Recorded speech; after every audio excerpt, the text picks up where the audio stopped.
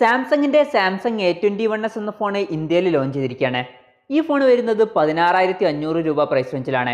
ഇന്ന് നമ്മൾ നോക്കാൻ പോകുന്നത് സാംസങ് A21s എന്ന ഫോണിന്റെ വിശേഷങ്ങളാണ്. അതിനു മുമ്പ് ഇതുപോലുള്ള വീഡിയോസ് ഇനിയും കാണാൻ താല്പര്യമുണ്ടെന്നുണ്ടെങ്കിൽ ഈ ചാനലും സബ്സ്ക്രൈബ് ചെയ്യാവുന്നതാണ്. പിന്നെ അടുത്തൊരുന്ന ഒരു ബെല്ലൈക്കണും കൂടി എനേബിൾ ചെയ്ത് വെച്ചാൽ ഞാൻ വീഡിയോസ് അപ്ലോഡ് ചെയ്യുമ്പോൾ തന്നെ നിങ്ങൾക്ക് അതിന്റെ നോട്ടിഫിക്കേഷൻ ലഭിക്കുന്നതായിരിക്കും. ആദ്യം ഈ ഫോണിന്റെ ഡിസ്പ്ലേ പറ്റി പറയുകയാണെങ്കിൽ 6.5 ഇഞ്ചിന്റെ HD+ ഡിസ്പ്ലേയുമായിട്ടാണ് ഈ ഫോൺ വരുന്നത്. TFT LCD പാനലാണ് ഈ ഫോണിൽ ഉപയോഗിച്ചിരിക്കുന്നത്. 16,500 രൂപ പ്രൈസ് റേഞ്ചിൽ HD റെസൊല്യൂഷൻ മാത്രമേ ലഭിക്കുന്നു എന്നുള്ളത് ഒരു നെഗറ്റീവ് തന്നെയാണ്. കാരണം ഈ ഒരു പ്രൈസ് റേഞ്ചിൽ മിക്ക ഫോണുകളിലും നമുക്കിപ്പം ഫുൾ HD റെസൊല്യൂഷൻ ആണ് ലഭിക്കുന്നത്. പിന്നെ സാംസങ്ങിന്റെ തന്നെ കാര്യം എടുക്കുകയാണെങ്കിൽ സാംസങ്ങിന്റെ 13,000 രൂപ പ്രൈസ് റേഞ്ചിൽ വരുന്ന സാംസങ് M21 എന്ന ഫോണിൽ നമുക്ക് ഫുൾ HD റെസൊല്യൂഷൻ ലഭിക്കുന്നുണ്ട്.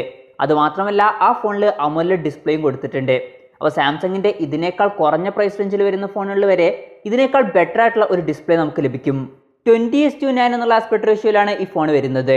പിന്നെ ഫോണിന്റെ ഫ്രണ്ടിൽ സാംസങ് ഇൻഫിനിറ്റി ഓ ഡിസ്പ്ലേ എന്ന് വിളിക്കുന്ന ഒരു പഞ്ചോൾ ഡിസ്പ്ലേ ആണ് കൊടുത്തിരിക്കുന്നത്. ഫോണിന്റെ പഞ്ചോൾ വരുന്നത് ടോപ്പ് ലെഫ്റ്റ് ഭാഗത്തായിട്ടാണ്. പിന്നെ ഫോണിന്റെ ഫിംഗർ പ്രിന്റ് സെൻസർ വരുന്നത് ഫോണിന്റെ ബാക്കിലാണ്. ഫോണിന്റെ ബാക്കിൽ പ്ലാസ്റ്റിക് ബാക്ക് ബോഡിയാണ് കൊടുത്തിരിക്കുന്നത്. പിന്നെ ഫോണിന്റെ ബാക്കിൽ ഗ്ലോസി ഹോളോഗ്രാഫിക് ഫിനിഷും കൊടുത്തിട്ടുണ്ട്. പിന്നെ ഫോണിന്റെ ബാക്കിൽ റെക്ടാങ്കുലർ ഷേപ്പുള്ള ഒരു ക്യാമറ മോഡ്യൂൾ വരുന്നുണ്ട്. ഈ ഫോണിന്റെ വെയിറ്റ് വരുന്നത് ഏകദേശം 192 ഗ്രാം ആണ്. പിന്നെ ഈ ഫോൺ 3 കളറുകളിലാണ് വരുന്നത്, ബ്ലാക്ക്, വൈറ്റ്, ബ്ലൂ. പിന്നെ പ്രോസസ്സറിനെ പറ്റി പറയുകയാണെങ്കിൽ Exynos 850 എന്ന പ്രോസസ്സറുമായിട്ടാണ് ഈ ഫോൺ വരുന്നത്. 16,500 രൂപ പ്രൈസ് റേഞ്ചിൽ ഇത് അത്ര നല്ലൊരു പ്രോസസ്സർ അല്ല. ഇതിനേക്കാളൊക്കെ ബെറ്റർ ആയിട്ടുള്ള പ്രോസസ്സർ ഈ പ്രൈസ് റേഞ്ചിൽ വേറെ വരുന്നുണ്ട്. ഇനി സാംസങ്ങിന്റെ കാര്യം മാത്രം എടുക്കുകയാണെങ്കിൽ നമ്മൾ നേരത്തെ 13,000 രൂപ പ്രൈസ് റേഞ്ചിൽ പറഞ്ഞ സാംസങ് M21 എന്ന ഫോണിൽ Exynos 9611 എന്ന പ്രോസസ്സറാണ് വരുന്നത്. ആ ഒരു പ്രോസസ്സർ ഈ പ്രോസസ്സറിനേക്കാളും ബെറ്റർ ആയിട്ടുള്ള പ്രോസസ്സറാണ്. അപ്പം 13,000 രൂപ പ്രൈസ് റേഞ്ചിൽ വരെ സാംസങ്ങിന്റെ ഇതിനേക്കാൾ ബെറ്റർ ആയിട്ടുള്ള പെർഫോമൻസ് വരുന്ന ഫോണുകൾ നമുക്ക് ലഭിക്കുന്നുണ്ട്. ഈ ഫോണിന്റെ ബേസ് വേരിയന്റിൽ 4GB റാം ആണ് വരുന്നത്. 6GB റാമുമായിട്ട് വരുന്ന മറ്റൊരു വെർഷനും വരുന്നുണ്ട്. രണ്ട് വെർഷൻസിലും 64GB ഇന്റേണൽ ആണ് വരുന്നത്.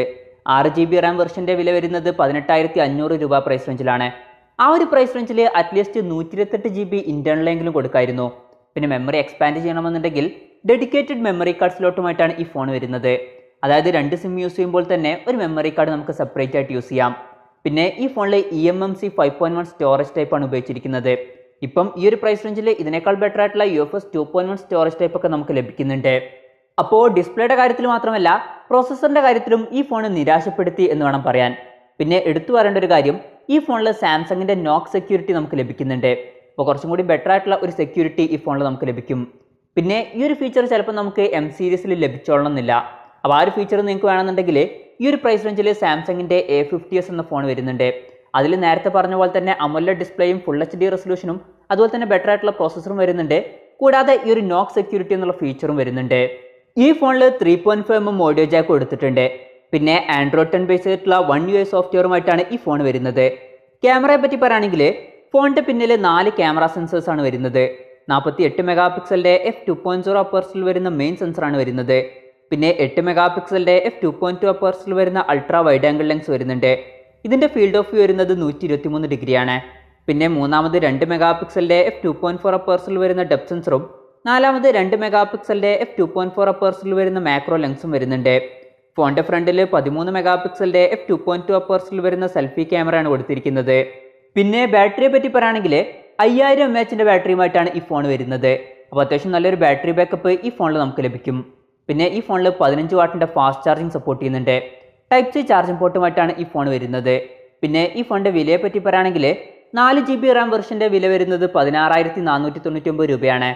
6GB റാം വെർഷന്റെ വില വരുന്നത് 18,499 രൂപയും. ഇത് ഓഫ്ലൈൻ ഫോണാണ്. പുറത്ത് ഷോപ്പുകളിലും അതുപോലെ തന്നെ ഓൺലൈൻ ഷോപ്പിംഗ് സൈറ്റുകളിലും ഈ ഫോൺ നമുക്ക് ലഭിക്കും.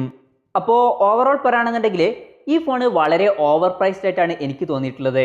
കാരണം ഈ ഒരു പ്രൈസ് റേഞ്ചിൽ ഇതിനേക്കാൾ ബെറ്റർ ആയിട്ടുള്ള വേറെ ഫോണുകൾ വരുന്നുണ്ട്. ബാക്കി ബ്രാൻഡുകളുടെ ഒക്കെ കാര്യം വിട്ടിട്ട് സാംസങ്ങിന്റെ മാത്രം കാര്യം എടുക്കുകയാണെങ്കിൽ തന്നെ 13,000 രൂപ പ്രൈസ് റേഞ്ചിൽ വരുന്ന സാംസങ് M21 ഇതിനേക്കാളൊക്കെ വളരെ നല്ലൊരു ഡിസ്പ്ലേ നമുക്ക് ലഭിക്കുന്നുണ്ട്. അതുപോലെ തന്നെ ആ ഫോണിൽ ഇതിനേക്കാൾ ബെറ്റർ ആയിട്ടുള്ള പ്രോസസ്സറും അതുപോലെ ബെറ്റർ ആയിട്ടുള്ള ബാറ്ററിയും വരുന്നുണ്ട്. പിന്നെ സാംസങ് M21 എന്ന ഫോൺ ഓൺലൈൻ ഫോണായിട്ടാണ് ലോഞ്ച് ചെയ്തതെന്നുണ്ടെങ്കിലും ഇപ്പം നമുക്ക് ഈ ഫോൺ ഓഫ്ലൈൻ സ്റ്റോറിൽ ലഭിക്കുന്നുണ്ട്. പിന്നെ നിങ്ങൾക്ക് സാംസങ്ങിന്റെ നോക്ക് സെക്യൂരിറ്റി എന്നുള്ള ഫീച്ചർ വേണമെന്നുണ്ടെങ്കിൽ ഈ ഒരു പ്രൈസ് റേഞ്ചിൽ സാംസങ് A50s എന്ന ഫോൺ വരുന്നുണ്ട്. അതും നിങ്ങൾക്ക് കൺസിഡർ ചെയ്യാവുന്നതാണ്. ഈ ഫോണിനെ പറ്റിയിട്ടുള്ള നിങ്ങളുടെ അഭിപ്രായം ജസ്റ്റ് ഒന്ന് കമൻറ്റ് ചെയ്യുക.